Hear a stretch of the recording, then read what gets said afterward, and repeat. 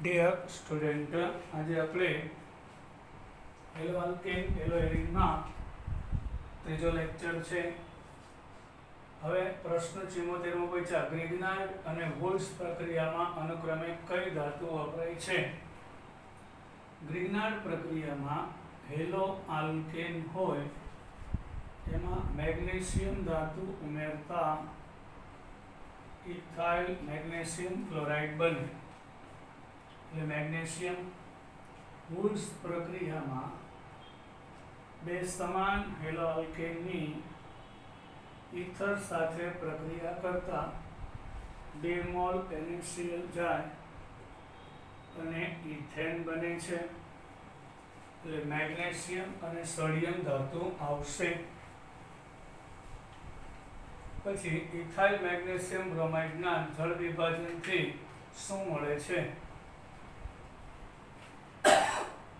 Next question, ethyl magnesium bromide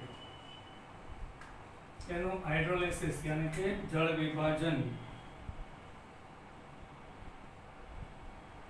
ethyl magnesium bromide એની પાણી સાથે પ્રક્રિયા એટલે જળ વિભાજન કહેવાય.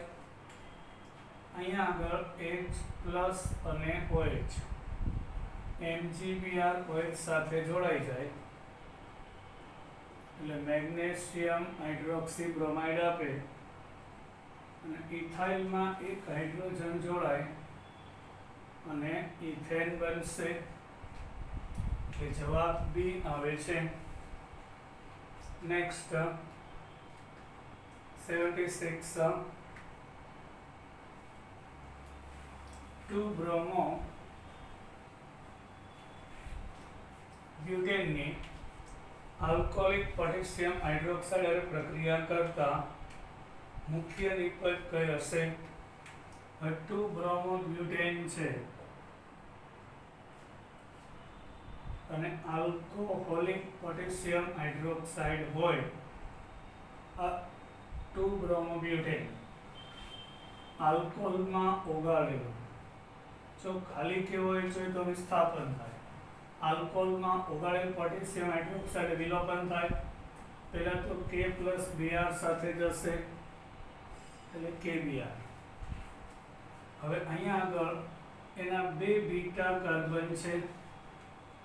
અહીંયાથી પણ હાઇડ્રોજન જાય, અહીંયાથી પણ જાય.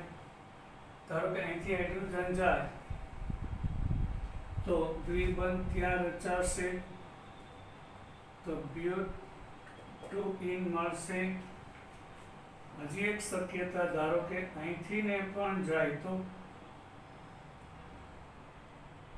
બ્યુટોનિન મળશે પણ એ માઇનર પ્રોડક્ટ હશે. નિયમ એવો છે સેટજેફનો, દ્વિબંધ એવી જગ્યાએ રચાય કે જ્યાં વધુમાં વધુ આલ્કાઇલ સમૂહ હોય એટલે દ્વિબંધ વાળા કાર્બન ઉપર 1 અને 2 અહીંયા દ્વિબંધ રચાઈ જાય તો આખો એક જ આલ્કાઇલ સમૂહ થાય એટલે સેટજેફના નિયમ મુજબ પ્રોડક્ટ બી મળશે.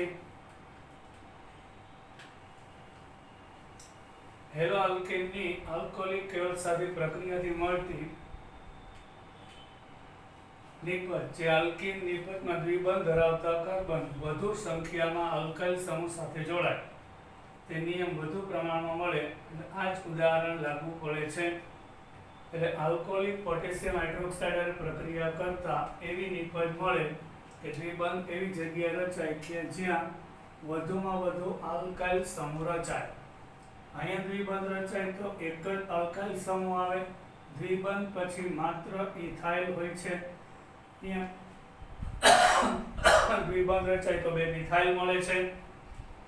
તો આ નિયમ સેટજેફ, એનું બીજું નામ છે જેટ્સવે, આપેલો હતો.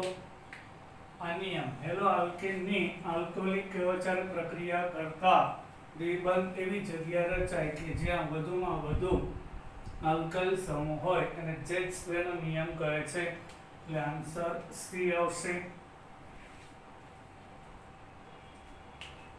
પછી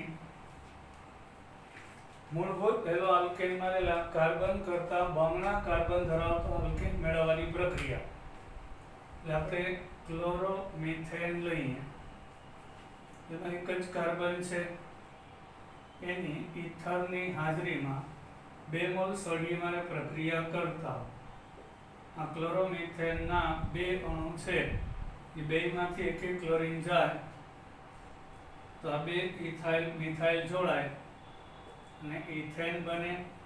અહીંયા એક જ કાર્બન વાળું ક્લોરોમિથેન છે, એનાથી બમણા કાર્બન વાળો આલ્કેન બને, એને વુલ્સ પ્રક્રિયા કહેવામાં આવે છે. 79 1 ક્લોરોપ્રોપેન માંથી પ્રોપીન ખાલી જગ્યા પ્રક્રિયા દ્વારા બનશે.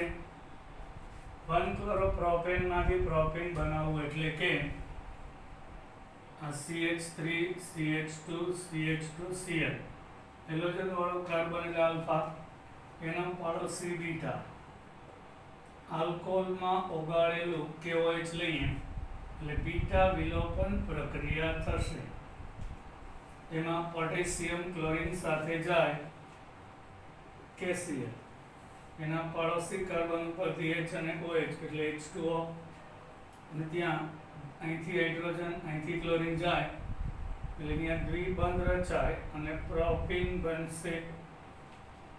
આમાં એક હાઇડ્રોજન દૂર થાય છે અને એક હેલોજન, માટે ડી એટલે દૂર થવું, એક હાઇડ્રોજન અને એક હેલોજન, ડિહાઇડ્રો હેલોજનેશન કહેવાય. નેક્સ્ટ પછીનો પ્રશ્ન છે, નીચેના સંયોજનમાંથી બ્રોમિન કોની સાથે પ્રક્રિયા નહીં કરે? ઇથિન સાથે બ્રોમિન પ્રક્રિયા કરે, પાઇ બંધ તૂટે એટલે 1,2-ડાયબ્રોમો ઇથેન મળે. ફિનોલમાં બ્રોમિન ઉમેરતા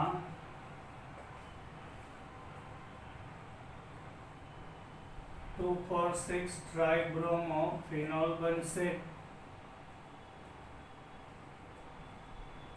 આની આરે પ્રક્રિયા આપે, ઇથિન આરે આપે. એનિલિન છે, એમાં પણ બ્રોમિન ઉમેરાય તો વિસ્થાપનથી ઓર્થો અને પેરા વાળું એનિલિન મળશે, બ્રોમિનેશન થાય. પરંતુ ક્લોરોફોર્મ છે, એની સાથે બ્રોમિન પ્રક્રિયા ન આપે, કારણ કે કાર્બન અને ક્લોરીન વચ્ચેનો બંધ કાર્બન બ્રોમિન કરતા વધારે મજબૂત હોય છે.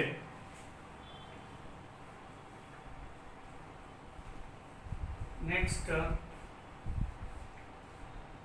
1-બ્રોમોઇથેન વત્તા આલ્કોહોલિક KOH X, એમાં બ્રોમિન નાખો તો Y મળે. તેમાં Y કયું હશે?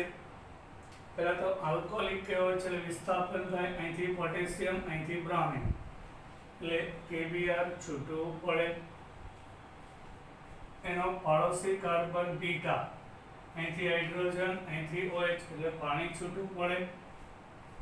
હવે આ બેયના એક એક બંધ બાકી રહેશે. આ CH3 CH2 CH2 અને Br, બ્રોમિન પોટેશિયમ સાથે એટલે KBr, HOH સાથે H2O, ત્યાં દ્વિબંધ રચાશે એટલે CH3 CH double bond CH2, યાની કે પ્રોપીન મળશે. એમાં બ્રોમિન ઉમેરાય, આનો પાઇ બંધ તૂટે અને બંને કાર્બન ઉપર એક એક બ્રોમિન જોડાય તો 1,2-ડાયબ્રોમો પ્રોપેન આપશે. જવાબ P આવશે. 82 ક્વેશ્ચન નંબર 82, SN1 પ્રક્રિયાના વેગ પર કયું પરિબળ અસર કરતું નથી? SN1 પ્રક્રિયા એટલે કે 2 તબક્કામાં થાય. એટલે પહેલા કાર્બોકેટાયન બને, એટલે કે અહીંથી હેલોજન હોય એ દૂર થાય એટલે કાર્બોકેટાયન સ્થાયી હોય, અને પછી કેન્દ્ર અનુરાગી દાખલ થશે સબસ્ટ્રેટ, એટલે એની હારે જોડાતા પ્રક્રિયકની સાંદ્રતા ઉપર આધાર ના રાખે, કાર્બોકેટાયનની સરળ બનાવટ ઉપર આધાર રાખે, કાર્બોકેટાયનની સ્થિરતા ઉપર આધાર રાખે, પ્રક્રિયા માટે આધાર રાખે પણ પ્રક્રિયાના વેગ ઉપર સાંદ્રતાની, બનાવટની કે એની સ્થિરતાની અસર જવાબદાર હોતી નથી. વેગ એટલે કેટલી ઝડપથી પ્રક્રિયા થશે એનો વેગ કહેવાય. વેગ ઉપર અસર થતી નથી. વેગ વધારવા માટે તો ઉદ્દીપકની જરૂર પડે. કયું સંયોજન SN2 ક્રિયાવિધિ દ્વારા ખૂબ જ સરળતાથી પ્રક્રિયા કરે? SN2 નો મતલબ પ્રક્રિયા એક જ તબક્કામાં થશે. SN2 એક જ તબક્કામાં થાય એનો મતલબ કે બ્રોમિન કાર્બન સાથે જોડાય. એક જ તબક્કામાં થાય એટલે કાર્બોકેટાયન અસ્થાયી હોય. અહીંથી બ્રોમિન જાય એ દરમિયાન OH દાખલ થતો હોય છે. તો આ પ્રક્રિયા એક જ તબક્કામાં થશે. અહીંયા બંધનું નિર્માણ થાય, અહીં તૂટવાની શરૂઆત થાય, બંને એકી સાથે પ્રોસેસ થાય અને મિથેનોલ બનશે. એટલે મિથાઇલ બ્રોમાઇડ આવે. કારણ મિથાઇલ બ્રોમાઇડમાં આ કાર્બન પ્રાથમિક છે. આઇસોપ્રોપાઇલ બ્રોમાઇડમાં આ કાર્બન દ્વિતીયક થઈ જાય. તૃતીયક બ્યુટાઇલ બ્રોમાઇડ એમાં આ કાર્બન તૃતીયક થઈ જાય. ટર્સરી તો પ્રાથમિક કરતા દ્વિતીયક, દ્વિતીયક કરતા તૃતીયક, તો આનું વલણ SN2 થવાનું હોય એટલે આનું વલણ SN1 થવાનું હોય. આનું વલણ એટલે જેમ કાર્બોકેટાયન અસ્થાયી એમ SN2 થવાનું વલણ વધારે. બ્રોમોઇથિન છે એમાં ઇલેક્ટ્રોન સંસ્પંદનમાં ભાગ લેતા હોય, સ્થાયીતા ખૂબ જ વધારે છે એટલે જવાબ એ આવશે. 84.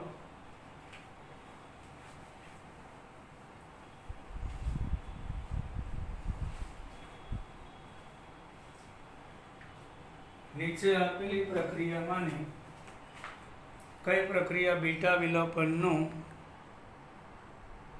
ઉદાહરણ છે? એટલે કઈ પ્રક્રિયા બીટા વિલોપન આપે છે? બીટા વિલોપન એટલે શું? જે કાર્બન ઉપરથી હેલોજન જાય એના પાડોશી ઉપરથી એક હાઇડ્રોજન દૂર થાય. ખાલી કે હોય છે બીટા વિલોપન ના આપે, aqueous લખ્યું. પોટેશિયમ હાઇડ્રોક્સાઇડ આલ્કોહોલમાં ઓગાળેલો હોય તો બીટા વિલોપન થાય. અહીંયા હેલોજન વાળો કાર્બન આલ્ફા, એના પાડોશી બીટા. અહીંથી ક્લોરીન પોટેશિયમ સાથે જાય એટલે કે Cl, એના પાડોશી ઉપરથી H અને OH જાય એટલે વોટર. અહીંયા દ્વિબંધ રચાઈ જાય એટલે CH3 CH double bond CH2 propyne બનશે. એટલે P બીટા વિલોપનનું ઉદાહરણ થશે. બીટા વિલોપનમાં યાદ રાખજો આલ્કોહોલિક પોટેશિયમ હાઇડ્રોક્સાઇડ હોવો જોઈએ. 85. 2 મોલ ક્લોરોબેન્ઝીનની 2 મોલ સોડિયમ ધાતુ સાથે નિર્જળ ઇથરની હાજરીમાં પ્રક્રિયા થાય. અહીંથી 2 ક્લોરીન 2 સોડિયમ સાથે જાય એટલે 2 NaCl રિમૂવ થાય છે અને 2 ફિનાઇલ સમૂહ જોડાય એટલે આપણને ડાયફિનાઇલ આપે છે. ડાયફિનાઇલ અથવા તો બાયફિનાઇલ કહેવાય. આ પ્રક્રિયાને ફિટિગ પ્રક્રિયા કહેવાય. આ પ્રક્રિયાના શોધક ફિટિગ હતા. 86. નીચેની પ્રક્રિયામાં X શું છે? X ક્લોરોઇથેનની KOH સાથે, ક્લોરોઇથેનની KOH. હવે જો આ ઇથેનોલ છે મતલબ આલ્કોહોલમાં ઓગાળેલો પોટેશિયમ હાઇડ્રોક્સાઇડ છે એટલે બીટા વિલોપન. અહીંથી પોટેશિયમ, અહીંથી ક્લોરીન KCl, અહીંથી OH, અહીં બીટા ઉપરથી હાઇડ્રોજન એટલે વોટર જાય. તો X અહીંયા બંને વચ્ચે દ્વિબંધ રચાય એટલે ઇથીન બનશે. આ પણ બીટા વિલોપન છે. 87 ક્લોરોબેન્ઝીન માંથી ડાયફિનાઇલ બનાવવાની પ્રક્રિયા. હમણાં જોયું ક્લોરોબેન્ઝીન માંથી ડાયફિનાઇલ બને એને ફિટિક પ્રક્રિયા કહેવામાં આવે છે. 6.45 ગ્રામ ક્લોરોઇથેનનું ડિહાઇડ્રોએલોજિનેશન કરવામાં આવ્યું ત્યારે 50% પ્રક્રિયક વપરાય છે. તો પ્રાપ્ત થતી લિપિડનું વજન કેટલું થાય? અહીં પરમાણુ ભાર આપ્યા છે એટલે કે ક્લોરોઇથેન છે એનું ડિહાઇડ્રોએલોજિનેશન થવું એટલે કે અહીંથી એક હેલોજન અહીંથી એક હાઇડ્રોજન દૂર થશે KOH સાથે એટલે K with Cl OH with H એટલે આપણને ઇથેન મળે. હવે 1 મોલ ઇથેન મળે એટલે 12 દુ 24 ને 4 એટલે ઇથેનનો અણુભાર 28 ગ્રામ થાય. હવે જો 1 મોલ ક્લોરોઇથેન વપરાય તો અહીં કાર્બન 2 એટલે 24, 5 હાઇડ્રોજન અને 35.5 એટલે 64.5 ગ્રામ થાય. 1 મોલ વપરાય ત્યારે તેનો 50% વપરાય છે એટલે 64.5 ગ્રામ ક્લોરોઇથેન વપરાય ત્યારે 28 ગ્રામ ઇથેન મળે. તો 6.45 ગ્રામે કેટલો? હવે 6.45 ગુણ્યા 28 તેના છેદમાં 64.5 એટલે 2.8 ગ્રામ ઇથેન મળે. હવે એમાં આ 50% વપરાતો હોય તો આ 50% મળે એટલે આનો 50% એટલે એને ભાગ્યા 2 એટલે 1.4 ગ્રામ જવાબ આવશે.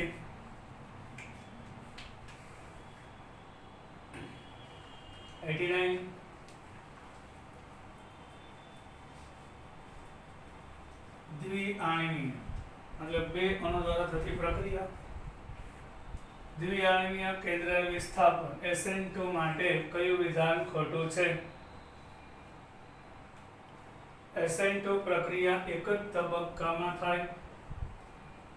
સાચું. SN2 પ્રક્રિયામાં પ્રક્રિયાકારકનું અસમ વિભાજન થતું નથી. એ સાચું.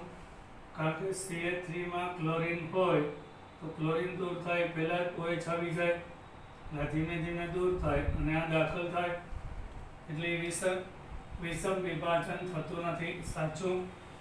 SN2 પ્રક્રિયાનો વેગ પ્રક્રિયાકારક અને કેન્દ્ર અનુરાગી પ્રક્રિયક આ પ્રક્રિયાકારક અને કેન્દ્ર અનુરાગી પ્રક્રિયક ની સાંદ્રતા ઉપર આધાર રાખતો નથી. એ સાચું. આ પ્રક્રિયા દ્વિતીય ક્રમની કહેવાય. હા, કારણ કે આ પ્રક્રિયામાં ક્લોરોમિથેનની સાંદ્રતાની 1 ઘાત અને OH ની સાંદ્રતાની 1 ઘાત એટલે પ્રક્રિયા ક્રમ 1+1 2 ગણાય છે. બે અણુ પ્રક્રિયામાં ભાગ લે એટલે મોટા ભાગે પ્રક્રિયા ક્રમ 2 હશે. કયા અણુમાં કાર્બન ક્લોરીન બંધના આયનીકરણથી સૌથી વધુ સ્થાયી કાર્બોનિયમ આયન આપે છે? દેખીતી વાત છે. અહીંથી ક્લોરીન જાય એટલે માઇનસ અને આ પ્લસ બને તો આ ધનભારિત કાર્બન બીજા એક કાર્બન સાથે જોડાય એટલે પ્રાથમિક કાર્બોકેટાયન બનશે. અહીંથી ક્લોરીન જાય તો આ ધન બને તો બીજા બે કાર્બન અરે જોડાય દ્વિતીયક કાર્બોકેટાયન બને. અહીંથી ક્લોરીન જાય તો આ ધનભારિત થાય તો આ ધનભારિત કાર્બન બીજા 3 હારે જોડાય છે એટલે તૃતીયક કાર્બોકેટાયન બને.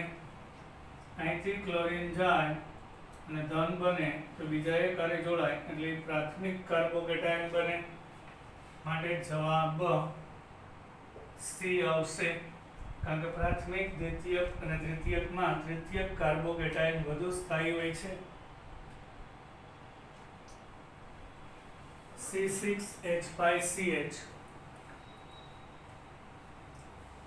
ડબલ બોન્ડ CH અને CH3 ની HBr સાથે પ્રક્રિયા કરો તો કઈ નિપજ મળશે?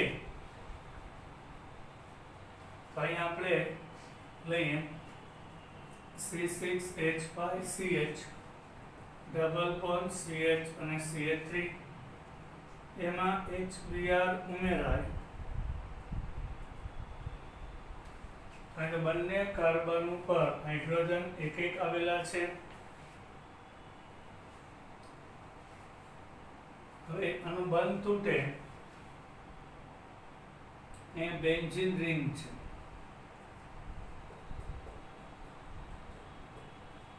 એટલે આ પાઈ બંધનો ઇલેક્ટ્રોન અહીંયા ખસે, અહીંયા H પ્લસ જોડાઈ જાય એટલે આ કાર્બોકેટાયન બને. તો બેન્ઝાઇલ કાર્બોકેટાયન વધુ સ્થાયી હોય.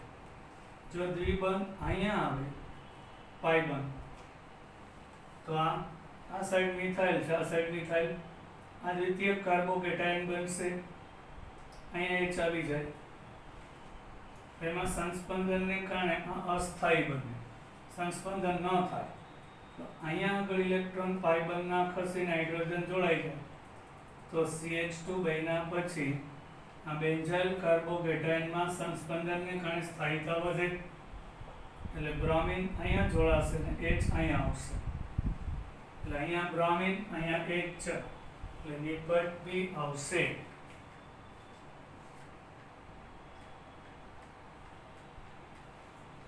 નીચેનામાંથી કયો પદાર્થ પ્રકાશ ક્રિયાશીલ નથી? લેક્ટિક એસિડ છે, એમાં COOH, CHOH અને CH3 હોય. આ કાર્બન ઉપર ચારેય સમૂહ જુદા છે એટલે કિરાલ કાર્બન હોવાથી પ્રકાશ ક્રિયાશીલ થાય. COOH, CHOH. આ છે ટાર્ટરિક એસિડ. આ કાર્બન ઉપર HOH. પહેલા તો કાર્બન પાસે ચારે એકલ બંધ હોવા જોઈએ અને ચારેય સમૂહ જુદા જુદા હોવા જોઈએ. 1 2 3 4 છે. અહીંયા પણ HOH, COOH અને ઉપરનો ભાગ અહીંયા બે બે કાર્બન કિરાલ છે એટલે ટાર્ટરિક એસિડ આવશે. હવે 1,2 ડાયબ્રોમો ઇથેન આ ન થાય કારણ કે આ કાર્બન ઉપર બે હાઇડ્રોજન સમાન છે. આ પણ કિરાલ કાર્બન નથી, એમાં પણ બે હાઇડ્રોજન સમાન છે એટલે જવાબ C આવશે.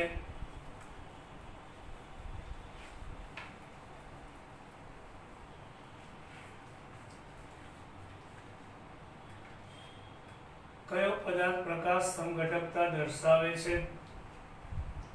આ કાર્બન ઉપર બે સમાન CH3 આવી જાય એટલે પ્રકાશ ક્રિયાશીલ નથી. COOH માં C ડબલ બોન્ડ અને OH દ્વિબંધ હોય એટલે કાર્બન કિરાલ નથી. આ કાર્બન ઉપર 3 હાઇડ્રોજન સમાન છે. આ કાર્બન ઉપર બે હાઇડ્રોજન, આ દ્વિબંધ વાળો કાર્બન. આની વાત કરીએ CH3, OH, COOH અને H. આ કાર્બન ઉપર ચારેય ઘટક જુદા એટલે C આવશે. આ ન આવે કારણ કે આ કાર્બન ઉપર બે OH સમાન થઈ જાય. આ કાર્બન ઉપર 3 હાઇડ્રોજન સમાન છે. COOH માં દ્વિબંધ વાળો કાર્બન છે એટલે એ પણ ન થાય કારણ કે ચારેય એકલ બંધ હોવા જોઈએ એટલે જવાબ C આવશે. હવે C4H9OH બ્યુટેનોલ ના શક્ય સમઘટક પૈકી પ્રકાશ ક્રિયાશીલ સમઘટક કેટલા થશે? C4H9OH એટલે બ્યુટેનોલ લઈએ તો CH3 CH2 CH2OH butane 1 all થશે. બીજું બ્યુટેન 2 ઓલ થાય સમઘટક, પછી 2 મિથાઇલ 2 બ્યુટેનોલ થાય, 2 મિથાઇલ પ્રોપેન 1 ઓલ થશે.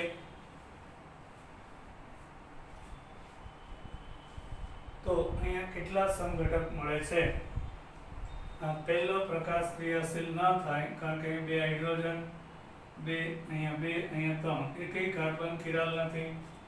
આ કાર્બનની વાત કરીએ તો HOH, આ બાજુ મિથાઇલ, આ બાજુ ઇથાઇલ, આખો ભાગ લેવાનો એટલે આ પ્રકાશ ક્રિયાશીલ થશે ટુ બ્યુટેનોલ. અહીંયા આગળ આ કાર્બન નથી, 3 હાઇડ્રોજન 3 3, આઈ નથી, 3 CH3 સમાન. અહીંયા આગળ પણ નથી, શું કામ? આ CH3 CH3, અહીંયા CH છે પણ આ બે મિથાઇલ સમાન છે એટલે પ્રકાશ ક્રિયાશીલ નહીં થઈ. એટલે 94 માં આન્સર આવશે એના બે સંઘટક મળશે. એ કઈ રીતે? તો એક જ દેખાય એમ નહીં, પણ એનો ડેક્સ્ટ્રોલ ને લીવો હોય છે. CH3CHOH, અહીંયા ઇથાઇલ હોય, એનું પ્રતિબિંબ લેવાનું. અહીંયા OH જમણી સાઈડ છે તો અહીંયા OH ડાબી સાઈડ લઈ લે. OH CH2CH3 એટલે એક ડેક્સ્ટ્રો અને એક લીવો, એટલે આના પણ બે પ્રતિબિંબો મળે એટલે એના બે સંઘટકો મળે છે. આ રીતે જવાબ આવશે. હવે આગળ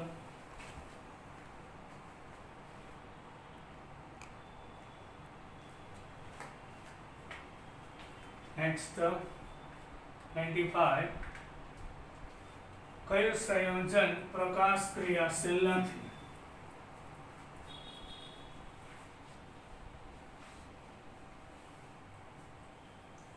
ફિનાઇલ એલેનાઇન જે પ્રકાશ ક્રિયાશીલ છે, C6H5CH NH2 અને COOH, આ ફિનાઇલ એલેનાઇન થાય. આ કાર્બન ઉપર COOH, H, ફિનાઇલ અને NH2 ચારે જુદા ઘટક કિરાલ કાર્બન છે. લેક્ટિક એસિડ COOH, CHOH અને CH3, અહીં ચારે જુદા ઘટક પ્રકાશ ક્રિયાશીલ થાય. 2,3 ડાયહાઇડ્રોક્સી બ્યુટેનોઇક એસિડ, બીજા અને ત્રીજા કાર્બન ઉપર OH, આ 1 2 3 અને 4 બ્યુટેનોઇક એસિડ, બીજા અને ત્રીજા ઉપર OH. આ કાર્બન જો HOH COOH, પછી આખો ભાગ કિરાલ છે, I છે HOH CH3 ને ઉપરનો ભાગ, અહીં બે બે કિરાલ કાર્બન છે, આ પ્રકાશ ક્રિયાશીલ થાય. ક્યુમિન છે એટલે બેન્ઝીન રિંગ ઉપર CH અને બે CH3. હવે દ્વિબંધ વાળો કાર્બન તો કિરાલ હોય જ નહીં. હવે આ CH3 નથી, અહીંયા H, બે સાઈડ CH3 એટલે એકય કાર્બન કિરાલ નથી. ક્યુમિન એટલે આઇસોપ્રોપાઇલ બેન્ઝીન. પહેલી વાત તો એ બેન્ઝીનમાં દરેક કાર્બન દ્વિબંધ ધરાવેલી કિરાલ કાર્બન નથી. આ કાર્બનની વાત કરીએ, બે બાજુ CH3 આવી જાય, અને આની વાત કરીએ તો અહીંયા ત્રણ હાઇડ્રોજન સમાન થઈ જાય એટલે ક્યુમિન પ્રકાશ ક્રિયાશીલ નથી.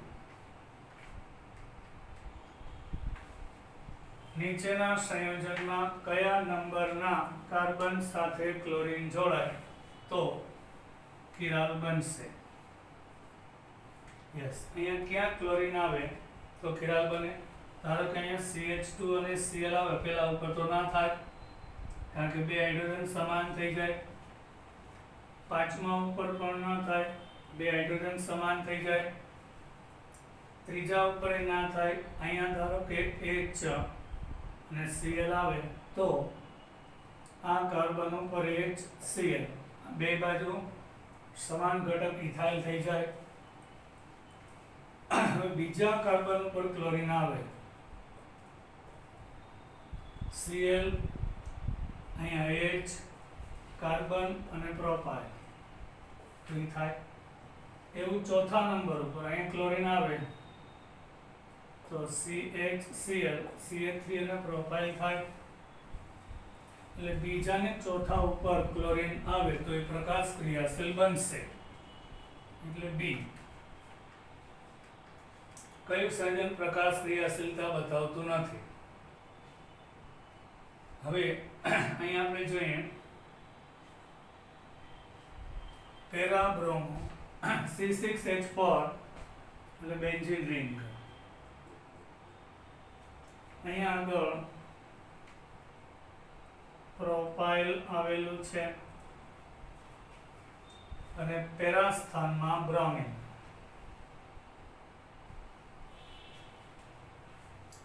આ ન થાયનું કારણ બેન્ઝીન રિંગના દરેક કાર્બન ઉપર દ્વિબંધ. CH2 અને CH3 સમાન છે એટલે પ્રકાશ ક્રિયાશીલ નથી. C6H5 CH3 C6H5 CH અહીંયા CH3 અને અહીંયા CH2Br. તો આ કાર્બન કિરાલ થશે. જો H CH3 CH2Br અને બેન્ઝીન એટલે B છે એ થશે. પછી C6H5C ત્યાં બે CH3 અને એક Br. આ ન થાય કારણ કે બે મિથાઇલ સમાન થઈ જાય. આમાં 3 હાઇડ્રોજન. બેન્ઝીનમાં તો દરેક કાર્બનમાં દ્વિબંધ અને દ્વિબંધ વાળો કાર્બન કિરાલ નથી એટલે નહીં થાય. પછી C6H5 CH2 CHBr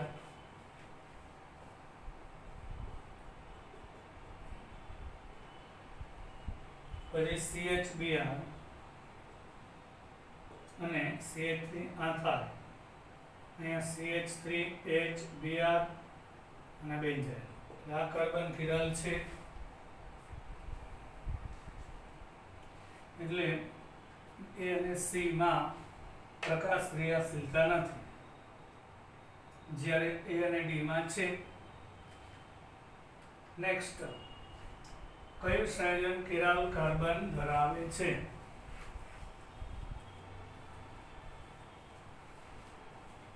હમણાં જે ક્યુમિનમાં કિરાલ કાર્બન હોતો નથી, દ્વિતીય બ્યુટાઇલ આલ્કોહોલ એટલે CH3CHOH CH2CH3 આ કાર્બન જુઓ અહીં H CH3OH અને થાય એટલે B આવશે. કિરાલ કાર્બન છે. બેન્ઝાઇલ ક્લોરાઇડ અને બેન્ઝો ટ્રાઇક્લોરાઇડના જળ વિભાજનથી બેન્ઝાલ ડાઇક્લોરાઇડ આ છે. અહીંયા બેન્ઝીન રિંગ ઉપર Cl હોય તો આને બેન્ઝાલ ડાઇક્લોરાઇડ કહેવાય. એનું જળ વિભાજન પાણી સાથે પ્રક્રિયા. અહીંથી 2 ક્લોરીન 2 હાઇડ્રોજન સાથે જાય અને CH ના કાર્બનના 2 બંધ બાકી રહેશે. ત્યાં ઓક્સિજન જોડાઈ જાય એટલે બેન્ઝાલ્ડિહાઇડ બનશે. હવે બેન્ઝો ટ્રાઇક્લોરાઇડ હોય મતલબ કે બેન્ઝીન ઉપર CCl3 એ બેન્ઝો ટ્રાઇક્લોરાઇડ. અહીંયા જળ વિભાજનમાં 2 મોલ પાણી વપરાય. અહીંથી 3 ક્લોરીન 3 હાઇડ્રોજન સાથે 3 HCl. હવે 2 ઓક્સિજન ને 1 હાઇડ્રોજન વધ્યા. 4 માંથી 3 હાઇડ્રોજન વપરાઈ ગયા. 1 હાઇડ્રોજન 2 ઓક્સિજન. તો બેન્ઝીન રિંગ ઉપર આ રીતે છોડાઈ જાય તો બેન્ઝીન ઉપર COOH બેન્ઝોઇક એસિડ આપશે. જવાબ P થશે. 100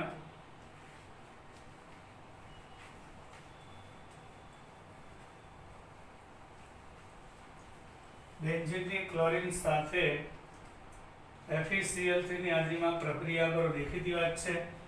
અહીંથી ને Cl+ અને Cl- બને. Cl+ બેન્ઝીનમાં જોડાય એટલે ક્લોરોબેન્ઝીન મળે.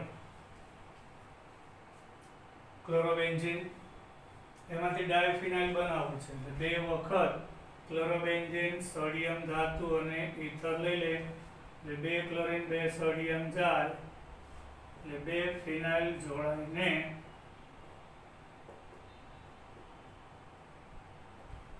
બાયફિનાઇલ બનશે, ડાયફિનાઇલ.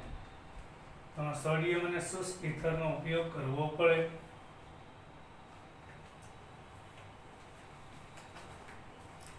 આજે આપણે અહીં સુધી રાખીએ. જય હિન્દ.